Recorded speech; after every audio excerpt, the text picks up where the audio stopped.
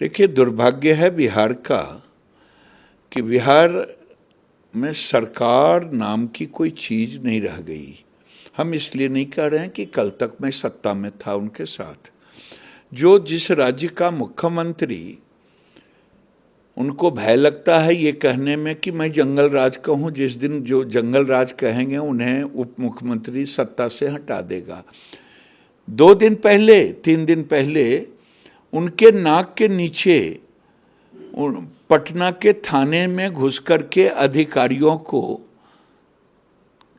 Collar पकड़ता हो, पूरी भीड़ जुट जाती हो, अपराधियों को छुड़ा लेता हो।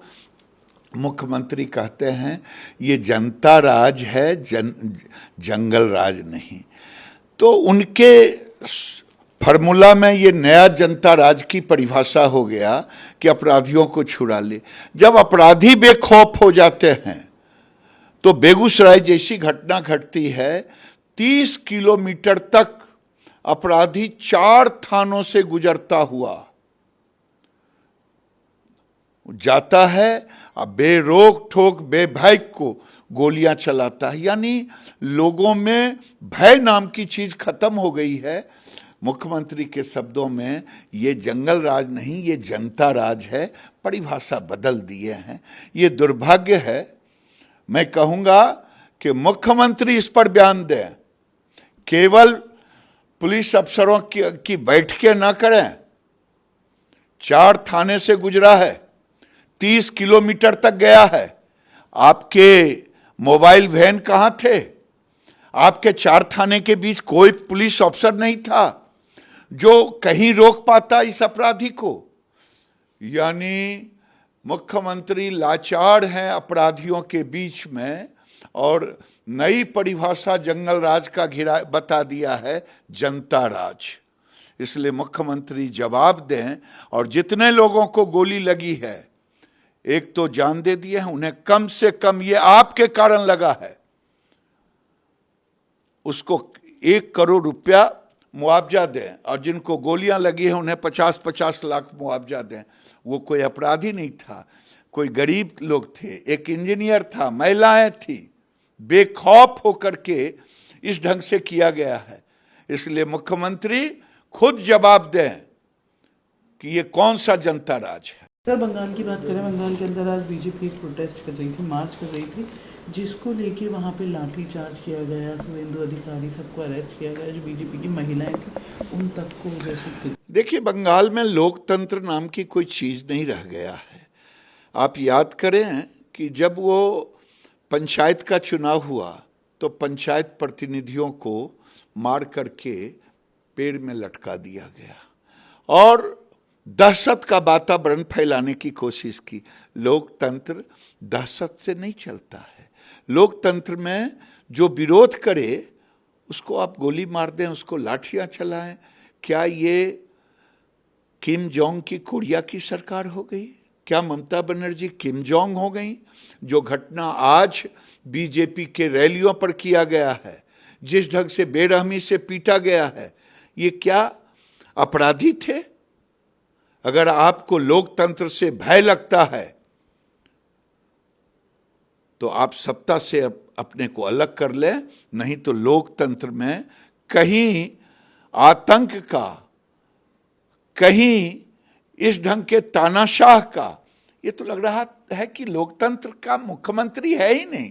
ये तो सद्दाम हुसैन और किम जोंग की भूमिका में ये राज्य को चला रही हैं। ये दुर्भाग्यपूर्ण है। जनता एक एक चीज की बदला लेगी। कि मदरसों को जो सर्वे कर रहे हैं, मुस्लिम कम्युनिटी को टारगेट कर रहे हैं, आरएसएस के स्कूलों के ऊपर ये होना चाहिए। देखिए, ये लोग, ओवैसी जैसे लोग, देश में उन गरीब मुसलमानों को कभी शिक्षित होना देखना नहीं चाहते।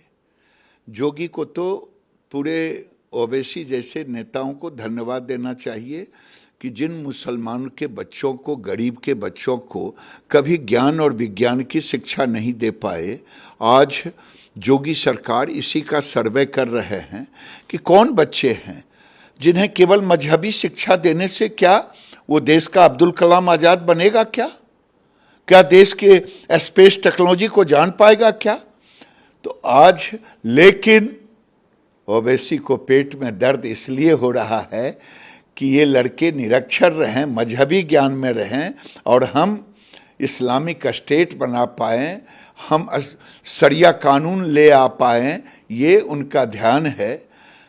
बड़ी बड़ी बातें बोलते हैं ओवैसी, लगेगा कि सचमुच में बैरिस्टर ही बोल रहे हैं, पढ़ा लिखा व्यक्ति जिसको भारत के संविधान और सेकुलरिज्म पर भरोसा नहीं, जो भारत के राष्ट्रीय गान पर लोकसभा के अंदर, संसद के अंदर ना सम्मान करे खड़े हों, जो केवल शब्दों से कहेंगे, ये तो गांगी जमनी की तहजीब है, उसको ये लोग खराब कर रहे हैं। मैं कह रहा हूं कि ओवैसी जी, ज्ञानवापी पर आप जो गांगी जमनी तहजीब है वो अगर आपके अंदर में है तो आप हिंदुओं को, उनके देव को, उनके आराध्य को, क्योंकि भारत के आराध्य हैं ये शिव, भारत के आराध्य हैं राम, भारत के आराध्य हैं कृष्ण, भारत की संस्कृति से जुड़ा हुआ है, इसे मजहबी मुद्दा ना बनाएं, तब मैं समझूंगा कि ओवैसी जैसे लोग भारत में वो मजहब, वो संस्कृति जिसे गांगी जमनी संस्कृति कहते हैं, वो लाने का, ये तो जिन्ना के जीन वाले हैं। ये भारत में जहर फैला करके फिर से कहीं लव जिहाद का समर्थन करेंगे, कहीं सर तन से जुदा का आंदोलन को, आंदोलनकारियों को छुड़ाएंगे। देश को तबाह और बर्बाद करने का काम, फिर से देश को टुकड़े करने का काम जो असंभव है।